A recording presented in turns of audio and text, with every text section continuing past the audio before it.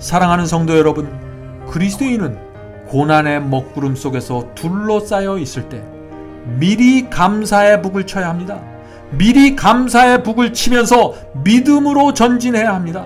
사단이 불평과 원망으로 시험에서 깊은 좌절에 빠뜨리지 못하게 하기 위해서 감사의 북소리로 사단을 물리쳐야 하는 것입니다. 고난의 먹구름에 갇혀서 전혀 앞이 보이지 않을 때 그 속에서 치는 감사의 북소리는 반드시 하늘에 계신 하나님 앞으로 올라가게 되고 전달되게 됩니다.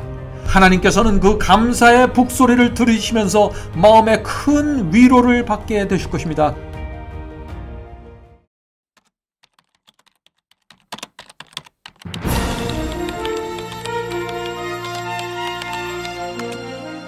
Last Mission Bible Study Series.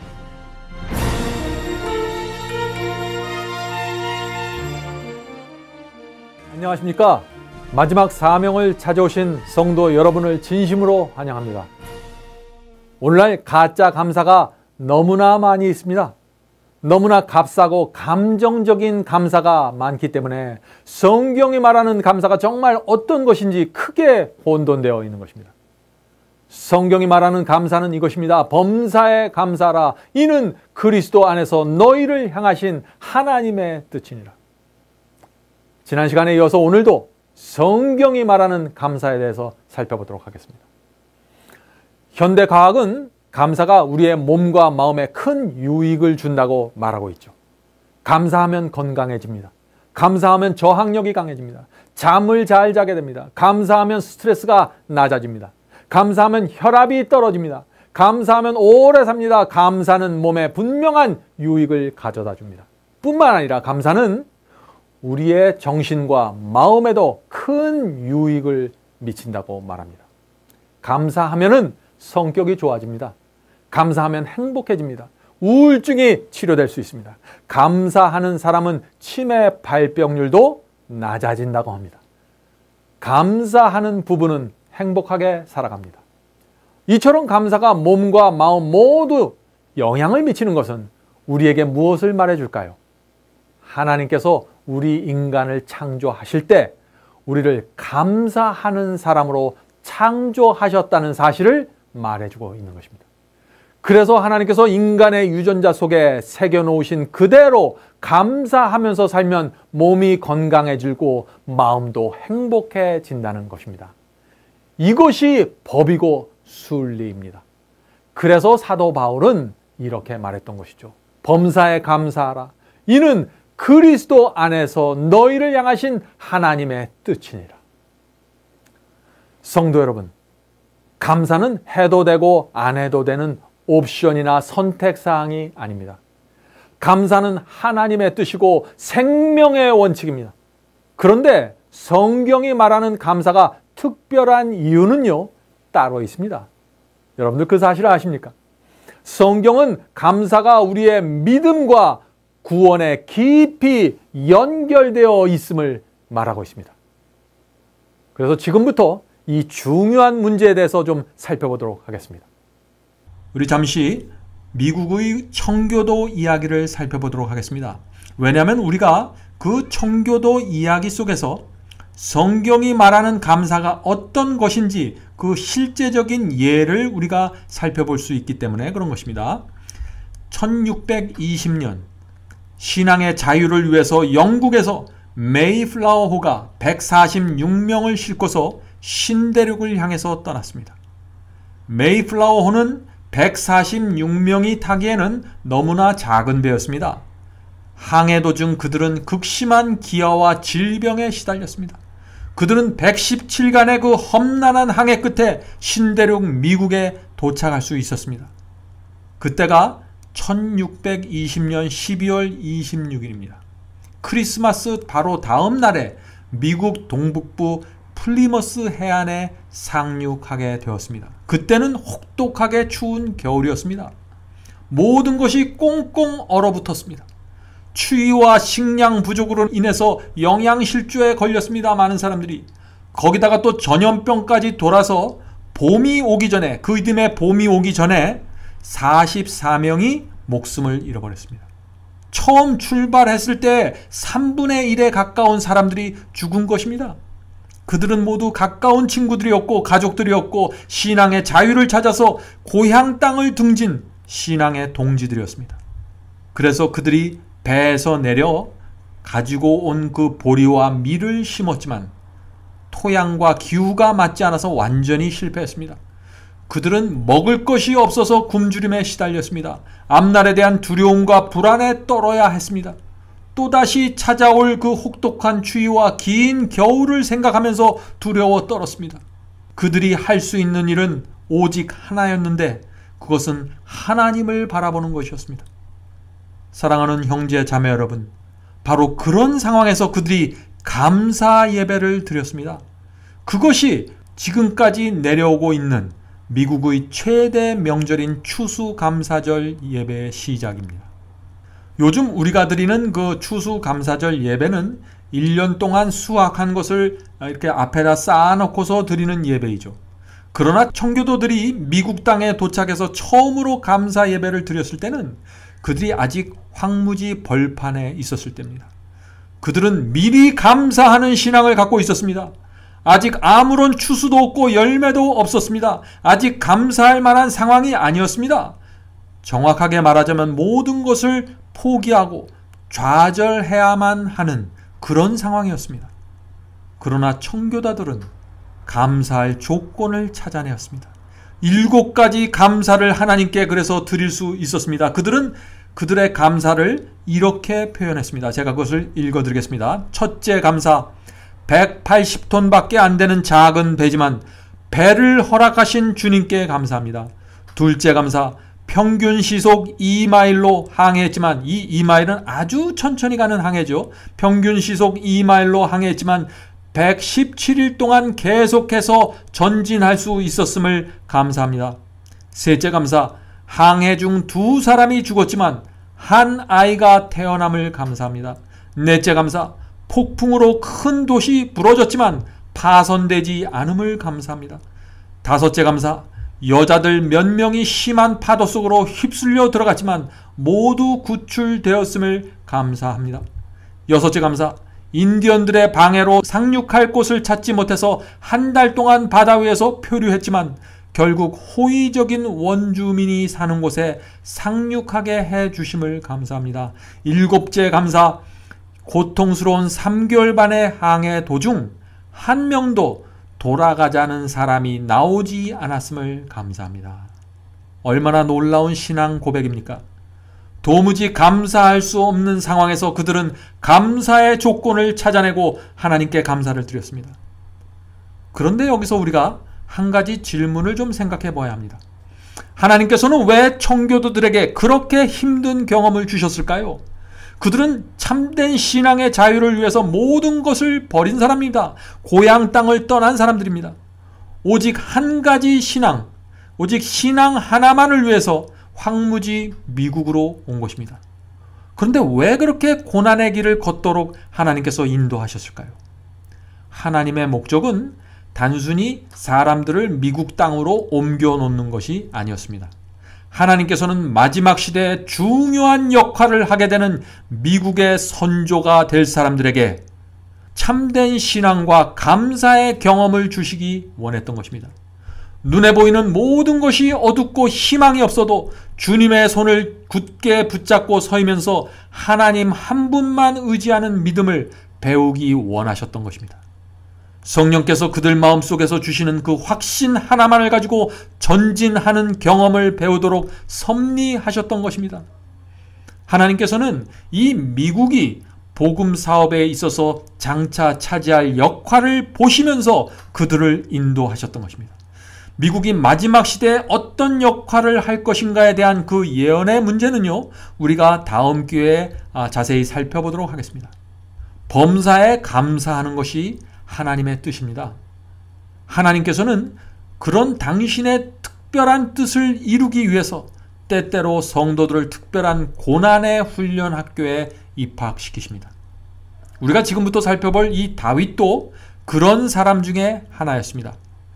시편 34편에서 다윗은 이런 말씀을 기록했습니다. 1절입니다. 내가 여호와를 항상 송축하며 그를 송축함이 내 입에 계속하리로다. 항상 하나님을 찬양하고 감사한다는 얘기죠. 그런데 이 성경절은 평범하게 보이는 성경절입니다. 이런 비슷한 성경절이 성경 안에 참 많이 있기 때문에 그렇죠.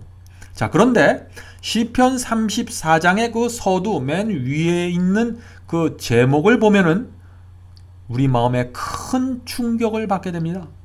왜냐하면 제목이 이렇게 되어 있습니다. 다윗이 아비멜렉 앞에서 미친 채 하다가 쫓겨나서 지은 시. 자, 이건 무슨 뜻인가요?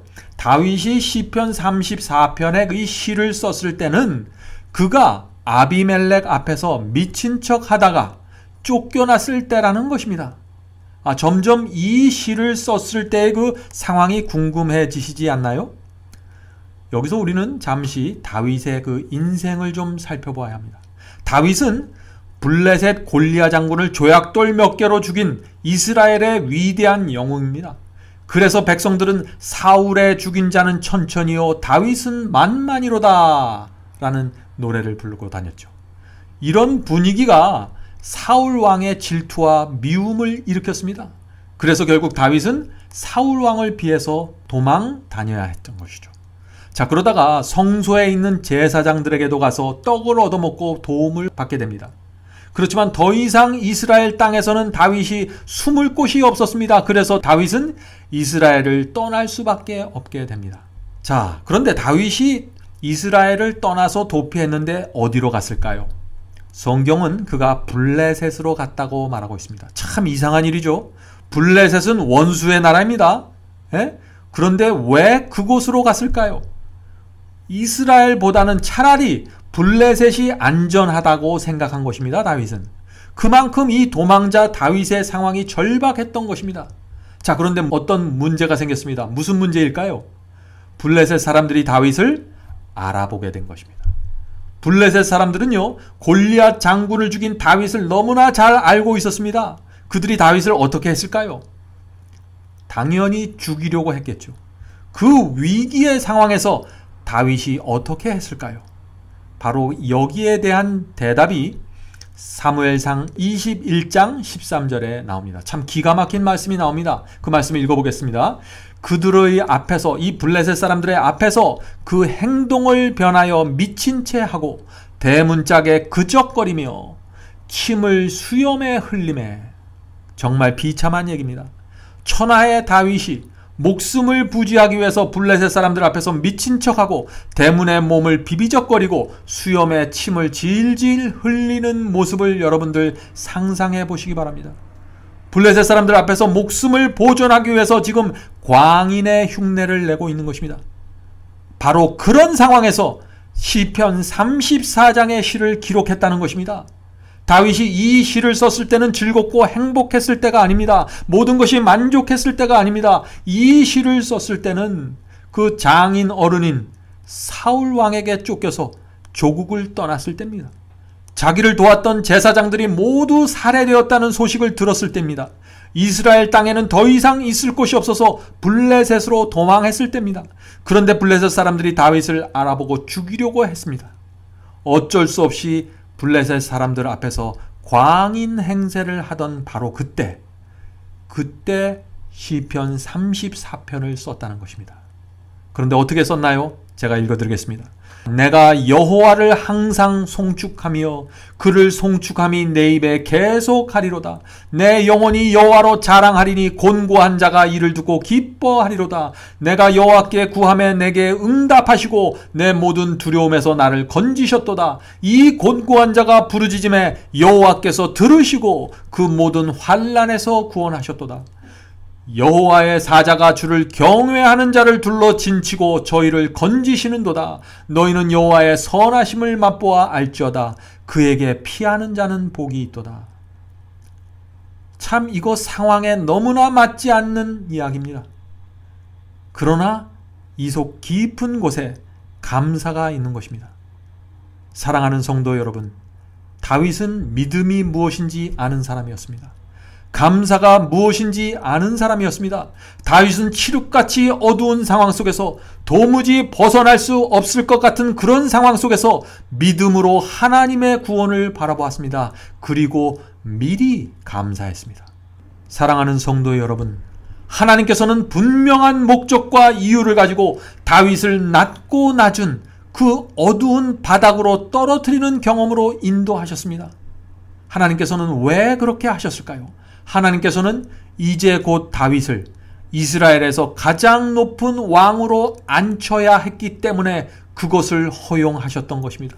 그래서 가장 높은 왕좌에 앉기 전에 한 치 앞도 보이지 않는 캄캄한 고난의 학교에 입학시켰던 것입니다. 그 학교에서 오직 하나님 한 분만을 의지하는 법을 다윗은 배워야 했습니다. 고난 속에서 미리 감사하는 신앙을 배워야 했던 것입니다. 그것이 하나님께서 높이 들어서 사용하는 종들은 반드시 배워야 할 경험이 되는 것입니다. 제가 참 좋아하고 존경하는 여집사님 한 분이 계십니다. 그분은 오랜 세월 동안 참 고난이 많은 삶을 살았습니다. 한 번은 그 집사님이 저에게 이런 간증을 했습니다. 제가 고난을 많이 당하고 나니까 이제 앞북을 치는 신앙을 조금 배우게 되었습니다. 자, 앞북을 치는 신앙, 그것이 무엇일까요? 고난 속에서 하나님의 구원이 보이지 않을 때 미리 감사하는 신앙이 앞북을 치는 신앙입니다. 많은 사람들이 힘들고 어려울 때 불평하고 원망하다가 고난이 다 지나가고 평화로워지면 그때 감사하고 행복해하죠. 그것은 뒷북을 치는 신앙입니다. 앞북을 치는 신앙이 있고 뒷북을 치는 신앙이 있는 것입니다. 사랑하는 성도 여러분, 그리스도인은 고난의 먹구름 속에서 둘러싸여 있을 때 미리 감사의 북을 쳐야 합니다. 미리 감사의 북을 치면서 믿음으로 전진해야 합니다. 사단이 불평과 원망으로 시험에서 깊은 좌절에 빠뜨리지 못하게 하기 위해서 감사의 북소리로 사단을 물리쳐야 하는 것입니다. 고난의 먹구름에 갇혀서 전혀 앞이 보이지 않을 때 그 속에서 치는 감사의 북소리는 반드시 하늘에 계신 하나님 앞으로 올라가게 되고 전달되게 됩니다. 하나님께서는 그 감사의 북소리를 들으시면서 마음에 큰 위로를 받게 되실 것입니다. 그것이 바로 다윗의 신앙이었습니다. 그의 신앙은 앞북을 치는 신앙이었습니다. 시편 34장에서 다윗은 완전한 절망 가운데 있었죠. 그런 상황 속에서 여호와의 사자가 자신을 둘러 진치고 있다는 사실을 그는 보는 것처럼 말했습니다. 그것이 바로 7절에 있습니다. 여호와의 사자가 주를 경외하는 자를 둘러 진치고 저희를 건주시는도다. 그리고 8절에 이어서 하나님의 선하심이 전혀 보이지 않음에도 불구하고 이렇게 말하고 있는 것입니다. 너희는 여호와의 선하심을 맛보아 알지어다. 그에게 피하는 자는 복이 있도다. 이것이 미리 감사하는 신앙입니다. 미리 감사하는 신앙을 가져야만 사도 바울이 말씀하신 범사에 감사하라. 이는 그리스도 예수 안에서 너희를 향하신 하나님의 뜻이니라. 이 말씀이 이루어질 수 있는 것입니다. 사도 바울은 온 하늘이 우리를 지켜보고 있다고 말하고 있습니다. 고린도전서 4장 9절에 그 말씀이 있습니다. 우리는 세계 곧 천사와 사람에게 구경거리가 되었노라. 지금 온 하늘과 천사들이 무엇을 구경하고 있다는 것인가요? 고난이 올 때 고난 속에서 우리가 어떤 믿음을 지키고 있는 것을 내려다보고 있다는 것입니다. 고난 속에서도 우리가 여전히 하나님을 신뢰하고 감사하는가를 지켜보고 있다는 것입니다. 사단의 공격과 시험이 우리에게 다가올 때 그리스도의 피로 산 성도들이 여전히 감사하면서 하나님께 영광을 돌리고 있는지 지켜본다는 것입니다. 사랑하는 형제 자매 여러분, 고난 속에서 감사하기 위해서는 우리가 그 고난이 왜 오는지를 잘 이해해야 합니다. 우리의 눈을 가리고 있는 이 휘장을 걷어치워서 우리를 향한 하나님의 생각을 우리가 볼 수만 있다면 시련과 고난을 허락하신 하나님께 우리가 진심으로 감사하게 될 것입니다. 어떤 때는 우리의 기도가 응답되지 않는 것을 감사하게 될 것입니다. 왜냐하면 우리의 기도대로 응답 다 해주시고 나면 우리가 너무나 교만하고 건방져지게 될 것을 하나님께서 아시기 때문에 그런 것이죠. 하나님께서는 우리가 우리 자신을 아는 것보다 우리를 훨씬 더 정확하게 아십니다. 그분께서는 우리를 어떻게 훈련시켜야 이 세상에서 빛과 소금 같은 그러한 존재로 살아갈 수 있는지 아시는 것입니다. 어떤 종류의 고난을 허락하고 어떤 종류의 고통을 허락해야 우리가 순결한 믿음을 갖게 되는지 아시는 것입니다. 우리 속으로부터 더럽고 불순한 것이 어떻게 해야 빠져나갈 수 있는지 아시는 것입니다. 그러므로 시련과 고통은 하나님께서 택하신 훈련 방법이고 그것은 하나님께서 정하신 성공의 조건입니다. 사랑하는 성도 여러분, 어쩌면 우리가 시련과 시험 속에서 넘어지고 자빠지는 우리의 모습을 보면서 주변에 있는 많은 사람들이 우리를 비웃고 조롱할 수 있을 것입니다. 그러나 하나님께서는 우리 자신의 부족과 문제를 깨닫고 무릎 꿇고 기도하는 우리의 모습을 귀하게 여기실 것입니다.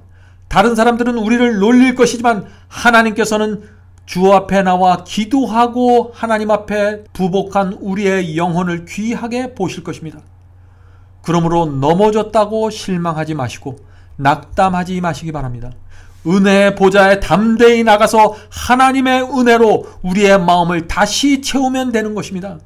의인의 경험은 넘어질 때마다 쓰러질 때마다 회개가 점점 더 깊어지는 것입니다.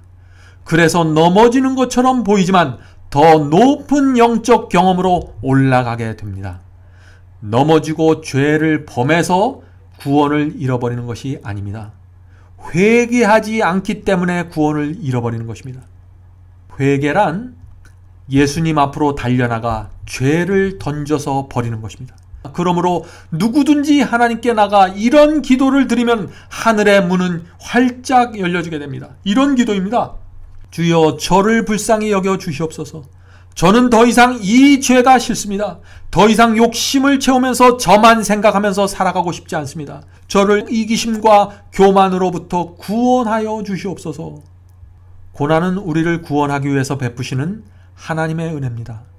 그래서 사도 베드로는 이런 말을 했던 것입니다. 베드로전서 4장 12절 13절입니다. 사랑하는 자들아, 너희를 시련하려고 오는 불시험을 이상한 일 당하는 것 같이 여기지 말고 오직 너희가 그리스도의 고난에 참여하는 것으로 즐거워하라. 이 불시험을 당할 때, 갑자기 시험을 당할 때, 뜨거운 시험을 당할 때 이상하게 생각하지 말라는 것입니다. 오히려 그 고난에 참여하는 것을 즐거워하라 하는 것입니다. 여기서 이 즐거워하라는 표현을 영어 성경에 보면 rejoice라고 했습니다. rejoice. 이 뜻은 그냥 좋아하는 것이 아니라 뛸 듯이 환호하면서 즐거워할 때 쓰는 표현입니다. 고난을 우리가 왜 그렇게 즐거워해야 할까요? 자, 계속해서 말씀을 읽겠습니다. 이는 그의 영광을 나타내실 때, 예수께서 재림하실 때를 얘기하는 것이죠. 예수께서 재림하실 때 너희로 즐거워하고 기뻐하게 하려 함이라. 예수께서 재림하셔서 얻게 될 그 보상과 기쁨은 지금 우리가 이 땅에서 받게 되는 외로움과 멸시와 고통과 가난을 한순간에 잊게 해줄 것이다 하는 것이에요. 그러므로 이 땅에서 잠깐 당하는 그 시련과 고난을 기쁨으로 맞이하라는 것입니다. 왜냐하면 그것을 통해서, 그 고난과 시련을 통해서 우리가 그리스도의 재림을 맞이할 수 있는 준비를 갖추게 되기 때문에 그런 것입니다. 사랑하는 성도 여러분, 오늘날 많은 교회들에서 가르쳐지지 않는 말씀이 하나가 있는데 그것은 이 말씀입니다. 디모데후서 1장 8절입니다. 디모데후서 1장 8절. 오직 하나님의 능력을 쫓아 복음과 함께 고난을 받으라. 성경은 분명하게 말하고 있습니다. 복음을 받을 때 고난도 함께 받아야 한다고 말하고 있습니다. 왜 그럴까요? 복음에 합당한 경험을 얻기 위해서는 하나님께서 필요에 따라서 나눠주시는 고난을 감사하게 받아야 한다는 것입니다. 이런 관점에서 볼 때 오늘날 흔히 교회에서 말하고 있는 예수님을 믿으면 들어가도 복을 받고 나가도 복을 받는 그런 기복신앙은 매우 비성서적이라는 사실이 분명하게 드러나게 됩니다. 사단은 그 기복신앙을 통해서 사람들의 마음속에 이상한 기대를 만들어주고 헛된 허상을 심어줍니다. 그래서 사람들을 멸망으로 끌고 가는 것입니다. 하나님을 믿으면 복이 들어오고 부자가 되고 건강해질 것 같은 환상을 넣어주는 것입니다. 사람들 마음속에. 그래서 그런 것들을 구하고 매달리게 만들죠. 사단이 그런 사람들의 기도에 응답하고 나타나는 것입니다. 이상한 곳으로 그들을 끌고 가는 것입니다. 또 그 반대로 사단은 기복신앙을 가진 성도들에게 고난과 고통을 줍니다. 그러면 사람들은 좌절하는 것입니다. 아, 하나님께서 나를 버리셨구나 라고 좌절하고 두려움에 떨게 되는 것입니다. 그래서 기복신앙을 따라가는 사람들에게는 축복도 고난도 모두 위험한 기만이 될 수 있는 것입니다. 조심하셔야 됩니다. 기복신앙은 모든 일에 범사에 감사라는 하나님의 뜻과 정면으로 충돌하는 신앙입니다. 사랑하는 성도 여러분, 고난은 우리에게 새로운 경험의 노래를 가르쳐 줍니다. 예수께서도 이 새로운 경험의 노래를 하기 위해서 고난을 통과하셨던 것입니다. 자, 이 새로운 경험의 노래가 무엇인가? 새들을 훈련시키는 법에서 우리는 이 중요한 교훈을 배울 수 있습니다. 이 새를 훈련시키는 조련사가 새에게 노래를 가르칠 때는 특별한 환경을 조성해 준다고 합니다. 왜냐하면 이 밝은 대낮이나 이 여러 가지 소음이 들려오는 환경에서는요, 새가 집중할 수 없기 때문에 특별한 환경을 만들어주는 것입니다. 새가 정신을 집중하지 못할 때 아주 바쁘고 화나고 이런 곳에서는요, 새가 노래를 가르쳐주면은 여기저기 조금씩 흉내낼 수 있지만은 그 조련사가 가르쳐주는 노래 전체를 처음부터 끝까지 완전히 따라서 부르지는 못한다고 합니다. 그래서 조련사는 중요한 노래를 훈련시킬 때는 새장을 검은 천으로 덮어버립니다. 그래서 아주 새장을 어둡게 만들어주는 것입니다. 그래서 새가 다른 데 신경 쓰지 않고 그 조련사가 불러주는 노래만을 들을 수 있도록, 집중해서 들을 수 있도록 해주는 것이죠. 자, 그렇게 여러 번 반복시켜서 훈련시킨 다음에 새를 밝은 곳으로 내놓고 사람들이 많은 곳에 내놓고 노래를 하라고 명령을 하면은 그 새는 어둠 속에서 배운 그 새 노래를 아름답게 부른다고 합니다. 사랑하는 형제 자매 여러분, 하나님께서도 그와 같은 방법으로 우리를 훈련시키시는 것입니다. 하나님께서도 우리의 마음과 정신을 집중시킬 수 있는 환경을 조성시켜 주시는데 그것이 바로 시련과 고난이라는 환경입니다. 우리는 일단 우리가 그런 환경 속으로 들어가게 되면 오래 기도하게 됩니다. 주님만을 바라보게 됩니다. 때로는 며칠 몇 개월 동안 하고 어떤 때는 몇 년을 그런 어둠 속에서 보내게 되는 것입니다. 정신을 집중해서 하나님만을 바라보게 되는 것이에요. 그러는 동안에 자신의 생애 속에 깊이 스며들어와 있는 죄와 교만을 보게 됩니다. 이기심을 볼 수 있게 됩니다. 모든 것이 잘 되고 만족될 때는 도무지 볼 수 없던 것들이 그때가 되면 보이게 되는 것입니다. 보통 때는 할 수 없는 깊은 회개의 경험이 그때가 되면은 하나님 앞에서 하게 되는 것입니다. 그러한 과정을 거쳐서 우리는 새로운 경험의 노래를 배우게 되는데 그것이 성화의 과정입니다. 그리스도의 향기를 뿜어내는 사람으로 변화되게 되는 것입니다. 하나님의 말씀 앞에서 겸손한 사람이 됩니다. 하나님을 경외하고 순종하는 사람이 됩니다. 하나님의 은혜에 진심으로 감사하는 사람이 됩니다. 이런 사람으로 만들어가기 위해서 하나님께서 우리를 찾아오셔서 그 힘든 고난을 우리에게 허락해 주시는 것입니다. 누가복음 17장에는 감사에 대한 또 다른 이야기가 나옵니다. 예수께서 한 마을에 들어가셨는데 그때 10명의 문둥병자가 와서 이렇게 얘기합니다. 예수여, 우리를 긍휼히 여기옵소서. 지금 문둥병을 고쳐달라고 간청하는 것입니다. 예수께서는 그래서 그들을 불쌍히 여기시고 몸을 깨끗게 하신 다음에 제사장에게 가서 확인을 받으라고 하십니다. 그런데 10명 중에서, 그 문둥병을 걸린 10명 중에서 한 사람만 돌아오게 됩니다. 그래서 그 한 사람이 예수님의 발 앞에 엎드려서 하나님께 영광을 돌리면서 감사하는 말을 합니다. 그때 예수께서 이렇게 말씀하십니다. 누가복음 17장 17절부터 18절입니다. 가라사대 10사람이 다 깨끗함을 받지 아니하였느냐? 그 아홉은 어디 있느냐? 이 이방인 외에 하나님께 영광을 돌리러 돌아온 자가 없느냐 하시고, 이 말씀을 하시는 예수님의 심정이 무엇일까요? 실망일까요? 섭섭함일까요? 예수께서는 10명이 치료를 받았는데 왜 9사람은 어디에 가고 한 사람만 와서 감사를 표현하냐고 물으시는 것입니다. 어떻게 그럴 수 있냐는 말입니다. 그리고 이어서 예수께서 중요한 말씀을 하십니다. 19절에 그 말씀이 있습니다. 이 말씀 잘 들어보시기 바랍니다. 그에게 이르시되 일어나 가라. 내 믿음이 너를 구원하였느니라 하시더라. 예수께서 지금 무엇을 말씀하고 계십니까? 왜 한 사람만 돌아와서 감사를 표하느냐고 하시면서 그것을 믿음과 구원으로 직접 연결시키셨습니다. 내 믿음이 너를 구원하였느니라.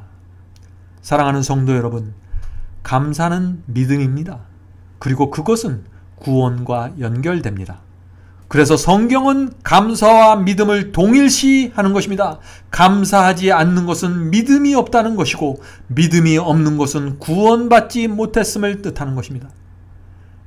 자, 여기에 또 우리가 한 가지 질문이 있을 수 있죠. 고칠 수 없는 문둥병이 나았는데 왜 9명은 예수께 와서 감사를 표하지 않았을까요? 그들이 예수께 원했던 것은 육신의 치료였기 때문에 그런 것입니다. 피부에 생긴 문둥병을 고치기 원했던 것입니다. 그래서 자신이 원하는 것을 얻자 더 이상 예수님을 따라다닐 필요가 없어진 것입니다. 그들은 그들 마음속에 있는 그 무서운 죄의 문둥병에는 관심이 없었습니다. 그들에게 있어서 예수님은 단지 피부를 깨끗게 하는 수단이 되었습니다. 예수님은 그저 피부 관리사였습니다. 그들에게 있어서는. 성경에는 예수님을 수단으로 사용했던 사람들이 많이 나옵니다. 예수께서 떡과 물고기를 나눠줄 때 수천의 군중이 그를 따르면서 환호했습니다. 그러나 예수께서 십자가에 매달려 있는 가장 힘들고 외로운 시간에는 그들 중 아무도 예수님 곁에서 친구가 되어주지 못했습니다. 오늘날에도 마찬가지입니다. 수많은 사람들이 예수께 나와 죄를 용서받고 구원을 받습니다. 그런데 예수님께 감사하는 생애를 살지 않습니다. 그리스도의 피의 대가로 놀라운 은혜와 구원을 받는데 구원받은 다음에는 예수께 돌아오지 않습니다. 감사의 생애를 살지 않습니다. 예수님의 손을 잡고 동행하지 않습니다. 하나님의 말씀이 순종을 요구할 때는 모른 척합니다.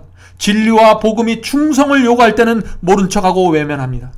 자아를 부인하고 좁은 문으로 들어가야 되는 상황이 나타나면 넓은 길로 가버리고 맙니다. 핍박이 오고 가난과 경제적인 손해가 하나님의 말씀 때문에 오게 되면 예수님을 모른 척하고 다른 곳으로 가버립니다. 예수께서 그런 사람들에게 내 믿음이 너를 구원하였느니라 라고 말씀하실 수 있을까요? 성경은 감사와 믿음을 동일시한다는 사실을 잊지 마시기 바랍니다. 십자가의 은혜를 정말 우리가 감사하면은 우리는 믿음으로 이 세상을 살게 될 것입니다. 그런 사람의 생애는 순종과 충성이 열매로 자연스럽게 맺히게 되는 것입니다. 그것은 율법의 행위가 아닙니다. 그것은 성령께서 그들의 마음을 감동시켰기 때문에 그런 열매가 맺히게 되는 것입니다. 오늘날 많은 사람들에게 있어서 예수님은 구원받기 위한 수단에 불과합니다. 축복을 얻어내는 방편에 불과합니다. 병을 낫기 위한 수단에 불과합니다. 그래서 축복받고 구원받고 병이 나오면 더 이상 그리스도를 따르지 않는 것입니다. 더 이상 그리스도의 말씀에 순종하지 않는 것입니다. 마치 예수께 돌아오지 않는 그 9명의 문둥병자들처럼 말입니다. 그런 사람들은 마음속에 있는 그 죄의 문둥병이 치유받지 못하게 되는 것입니다.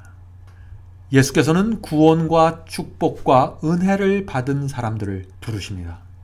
아무든지 나를 따라오려거든 자기를 부인하고 자기 십자가를 지고 나를 쫓을 것이니라 라는 초청의 말씀을 오늘날 저와 여러분에게 주고 계십니다. 그러나 길이 너무 좁고 협착하다고 불평하면서 그분의 초청을 거절하게 되면 우리는 구원을 잃어버릴 수밖에 없는 상황으로 우리 자신을 놓게 되는 것입니다. 사랑하는 성도 여러분, 예수님은 수단이 아닙니다. 예수 그리스도는 우리 신앙의 삶의 목적이 되어야 됩니다. 시작과 끝이 되어야 합니다. 예수께서는 우리의 전체가 되어야 합니다. 그래야 예수님이 내 안에 계시고 내가 예수 안에 거하게 되는 것입니다. 그래야만 순종과 의의 열매를 맺게 되어 영생에 이르게 되는 것입니다. 사랑하는 성도 여러분, 오늘 우리는 감사에 대한 진리를 살펴보았습니다. 오늘 나눈 말씀이 정말 진리라면 이제부터 여러분의 생애를 감사로 채워나가게 되시기를 제가 간절히 바랍니다. 끝으로 잠언 15장 30절의 말씀을 살펴보고 말씀을 마치도록 하겠습니다.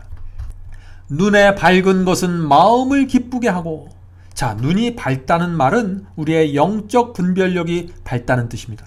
영적 분별력은요, 정직한 마음으로, 편견이 없는 마음으로 하나님의 말씀을 깊이 살펴보고 공부하고 그것을 받아들일 때 얻어지는 것입니다.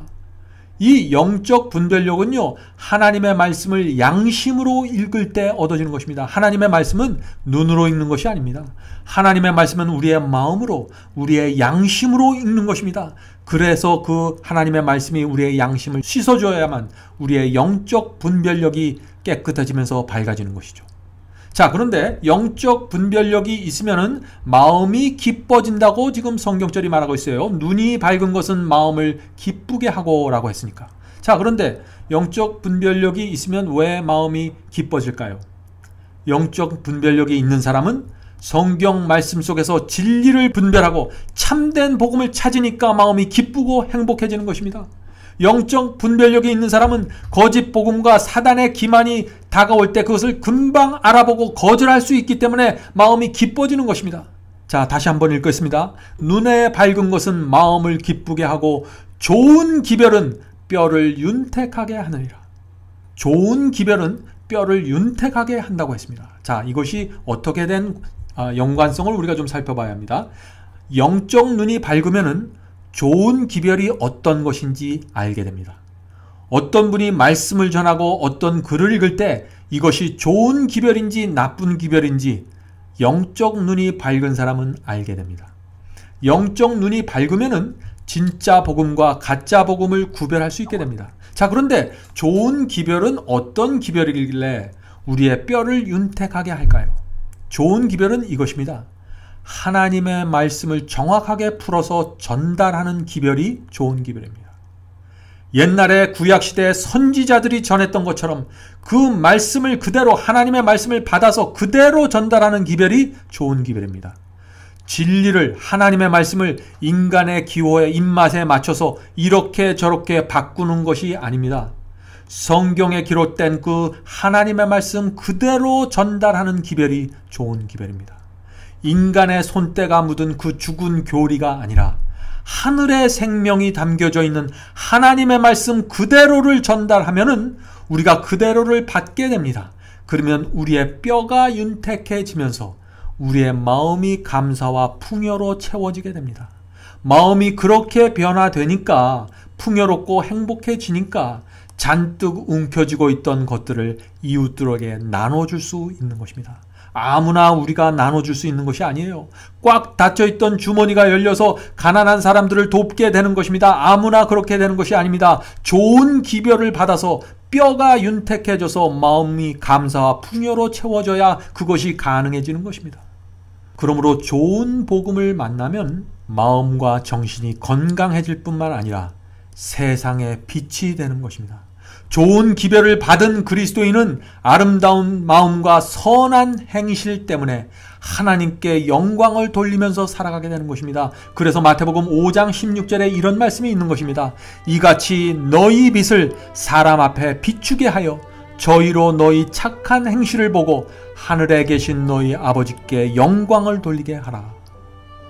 사랑하는 형제 자매 여러분, 여러분이 믿고 있는 하나님의 말씀이 여러분의 생애를 어떻게 변화시키셨습니까? 여러분이 진리를 받았을 때 여러분의 마음과 정신에 어떤 변화가 일어났습니까? 여러분은 좋은 기별을 받으셨습니까? 그래서 주변 사람들이 여러분의 선한 행실을 보면서 하나님께 영광을 돌리고 있습니까? 하나님의 영께서 오늘 말씀을 통해서 구원의 실제적인 경험을 우리 모두에게 나눠주시기를 제가 간절히 바랍니다. 그럼 다음 시간에 다시 뵙겠습니다. 안녕히 계십시오.